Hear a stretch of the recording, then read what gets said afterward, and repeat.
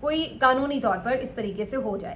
تو بہرحال اب آج یہ سب جمع ہوئے تو انہوں نے جا کے انہیں یاد کرایا کہ جی یہ کیس آپ نے نہیں لگایا وعدے کے باوجود. تو اس کے اوپر اب انہوں نے ایک اور ان کو یقین دہانی کرا دی ہے کہ اگلے ہفتے میں یہ کیس لگائیں گے اور 5 جون کی ممکنہ تاریخ انہیں بتائی گئی ہے.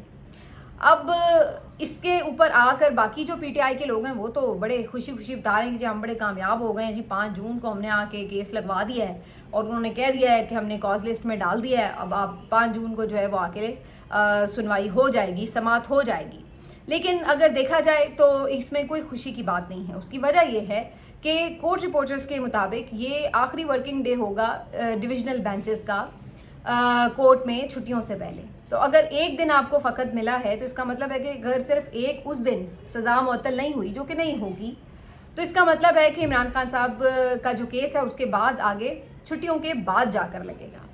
تو صرف آپ کو ایک دن ملا ہے. اگر اس دن نیب آ کے یہ استدعا کر دے کہ جی کسی وجہ سے پروسیکیوٹر نہیں آ سکا, یا پروسیکیوٹر آ بھی جائے اور آ کے یہ کہہ دے کہ جی مجھے فلاں چیز کے لیے تھوڑا سا وقت چاہیے تیاری کے لیے, کچھ بھی کر کے وہ ایسی کوئی استدعا کر دے جس کو بینچ منظور کر لے, جو کہ ڈیفینیٹلی کر لے گا, تو پھر اگلی تاریخ پڑ جائے گی. اور اگلی تاریخ کا مطلب ہے کہ پھر چھٹیوں کے بعد کی تاریخ. تو فقط عمران خان صاحب کے اس کیس کو سزا معطل کرانے کے لیے صرف ایک دن ملا ہے. تو اس لیے جو عمران خان صاحب کی فیملی ہے وہ اس بات پہ کوئی خوش نہیں ہے, کوئی مطمئن نہیں ہے. علیمہ خان صاحبہ سے بھی جب اس بارے میں بات ہوئی تو انہوں نے واضح طور پر کہا کہ انہوں نے بہت دیر کی تاریخ دی ہے. اسی ہفتے میں آج یا کل پرسوں میں کوئی ڈیٹ ہوتی تو پھر بھی بات تھی کہ چلے اگر ایک آدھ دن میں دلائل مکمل نہ بھی ہوئے تو کسی اگلی تاریخ پر 2 دنوں میں دلائل مکمل ہو جائیں گے, کچھ کر کے معطلی ہو سکتی ہے. لیکن اگر آپ پہلے ہی اتنی لیٹ تاریخ دے رہے ہیں, پہلے ہی آخری دن آپ دے رہے ہیں, تو اس کا مطلب اگر اس دن دلائل مکمل نہیں ہوئے تو اس کا مطلب ہے کہ سزا معطل نہیں ہوگی. تو اسی وجہ سے آج علیمہ خان صاحبہ بہت زیادہ مجھے پریشان بھی نظر آئیں, بہت جذباتی بھی نظر آئیں اور غصے میں بھی نظر آئیں. علیمہ خان صاحبہ سے جب آج کورٹ رپورٹرز نے یہ بات کی کہ کچھ آپ کے اپنے ہی پی ٹی آئی کے لوگ یہ پیش گوئیاں کر رہے ہیں کہ عمران خان عید سے پہلے گھر آ جائیں گے, تو اس پر آپ کیا کہیں گی, تو وہ کافی سٹپٹا گئیں. باقاعدہ انہوں نے غصہ کیا اور کہا کہ مجھے نہیں پتا یہ ایسی باتیں کہاں سے لے کر آ جاتے ہیں, کدھر سے اس کی رہائی ہو جائے گی عمران خان کی, کیسے ہو جائے گی جب کیس ہی فکس نہیں ہو رہا, جب دلائل ہی نہیں ہوں گے, جب سزا معطل ہی نہیں ہوگی تو کیسے رہائی ممکن ہے. تو کیا یہ بات کر رہے ہیں کہ جی ہم نے اگر دیکھ لیا جی کیس فکس کرا لیا تو جی ہو جائے گی, ایسا کچھ انہیں نظر نہیں آ رہا. وہ خفا ہوئی باقاعدہ اس کے اوپر کہ کیوں آپ نے یہ لارے لگائے ہوئے ہیں. اس کے علاوہ بھی وہ پھر وہاں پہ بیٹھی بھی رہی, انہوں نے دھرنا بھی دیا, انہوں نے احتجاج بھی کیا کہ کیوں ان کے کیسز فکس نہیں ہو رہے. اور پھر اس کے بعد جو انہوں نے آج گفتگو کی میڈیا سے وہ بڑی امپورٹنٹ گفتگو ہے. علیمہ خان صاحبہ اس گفتگو میں براہ راست مخاطب ہوئیں اسٹیبلشمنٹ کے ساتھ, اور انہوں نے انہیں مخاطب کرتے ہوئے کہا کہ آخر کیا وجہ ہے کہ آپ لوگ عمران خان کو رہا نہیں ہونے دینا چاہتے, آپ پیچھے سے بیٹھ کر کوئی کام کیوں کر رہے ہیں, ان ججز کو آپ نے کیوں کنٹرول کیا ہوا ہے. اگر آپ کو کوئی پرابلم ہے, کوئی مسئلہ ہے, کوئی ایشو ہے, تو آپ ڈائریکٹلی سامنے آئیں, ہم سے بات کریں, ہم عورتوں سے بات کر لیں, ٹیبل پر بیٹھیں اور صاف صاف بتائیں کہ آپ کو عمران خان سے کیا چاہیے. 2 سال سے ہمیں تو یہی نہیں پتا کہ آپ کو عمران خان سے چاہیے کیا, آپ مانگ کیا رہے ہیں اس سے, کیونکہ وہ تو جیل میں بیٹھا ہے, وہ تو کچھ نہیں ایسا کر رہا ہے جس کے اوپر کسی کو کوئی اعتراض ہو. تو آپ کو اس سے ایشو کیا ہے, اس نے آپ کا کیا بگاڑا ہے جو آپ اس کے پیچھے پڑے ہوئے ہیں. علیمہ خان صاحبہ کہتی ہیں کہ وہ تو رول آف لا کے لیے کھڑا ہے, وہ کون سی غلط بات کر رہا ہے. اگر اس کی کوئی ڈیمانڈ ہے تو وہ رول آف لا کی ڈیمانڈ ہے, تو اس میں کون سی غلط بات ہے. آپ کو کیا چیز جو ہے پریشان کرتی ہے جو آپ اس کی رہائی سے اتنا خائف ہیں کہ اس کو ہونے نہیں دیتے. آپ ہم سے ڈائریکٹلی آ کے ایک دفعہ بات تو کریں. پھر علیمہ خان صاحبہ نے ایک اور انکشاف کیا کہ انہیں دھمکایا جا رہا ہے, انہیں میسیجز دیے جا رہے ہیں. علیمہ خان صاحبہ کہتی ہیں کہ ہمیں کہا جا رہا ہے کہ عمران خان کو ہم جیل کے اندر ہی مار دیں گے, اور کبھی ہمیں کہا جاتا ہے کہ ہم آپ لوگوں کو راستے سے ہٹا دیں گے, کسی حادثے کے نتیجے میں آپ کی گاڑی الٹ جائے گی, کسی کو پتہ بھی نہیں چلے گا اور آپ لوگ جان سے جائیں گے.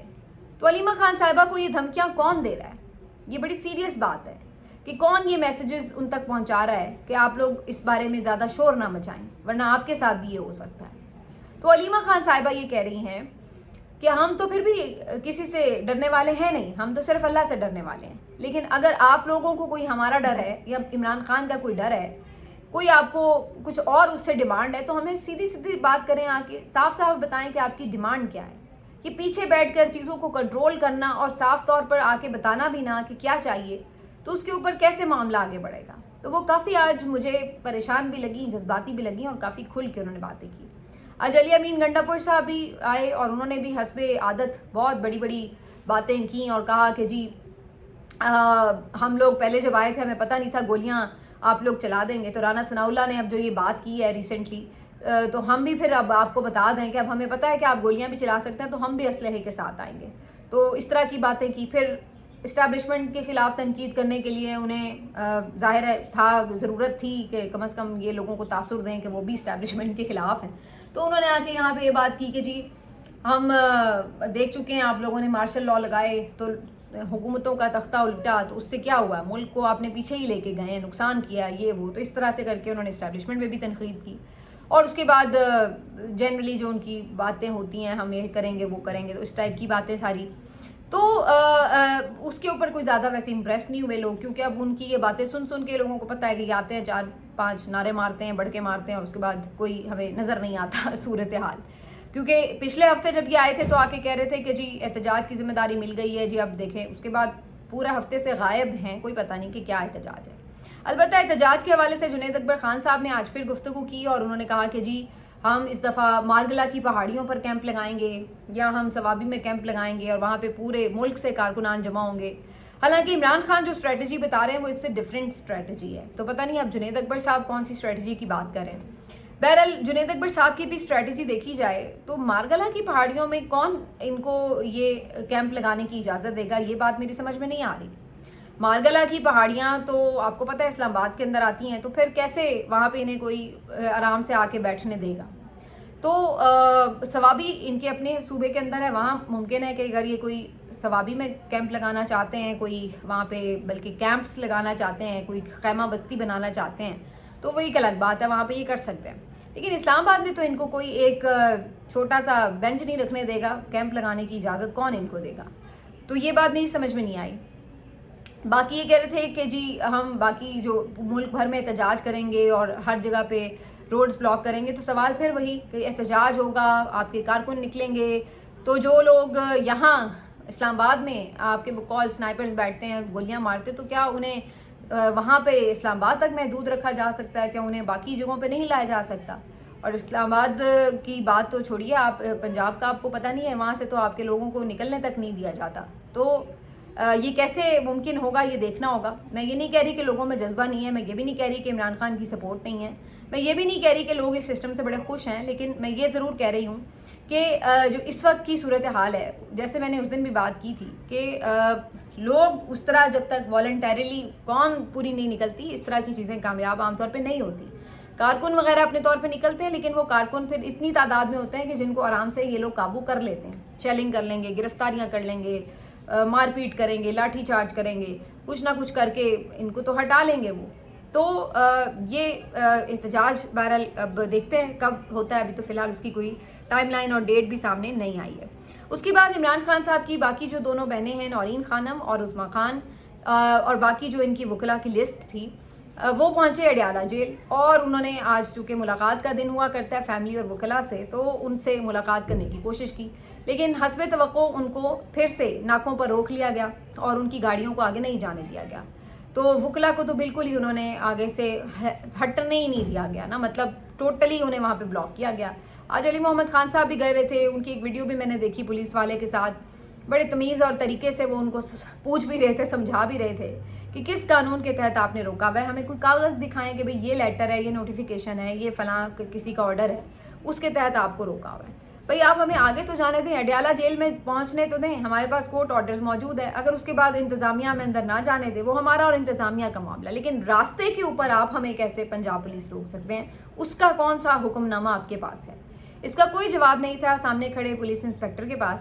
البتہ اس کا تکبر دیکھنے لائق تھا, جو بڑی رونت کے ساتھ اور بڑی بے پرواہی کے ساتھ چوئنگم چباتا, سن گلاسز لگاتا, ادھر ادھر سر گھماتا, ایسے شو کر رہا تھا کہ جیسے یہ تو پارلیمنٹیرینز بکواس کر رہے ہیں, مجھے تو ضرورت ہی نہیں ان کو جواب دینے کی, میری تو حیثیت جیسے ان سے بڑی اوپر کی ہے.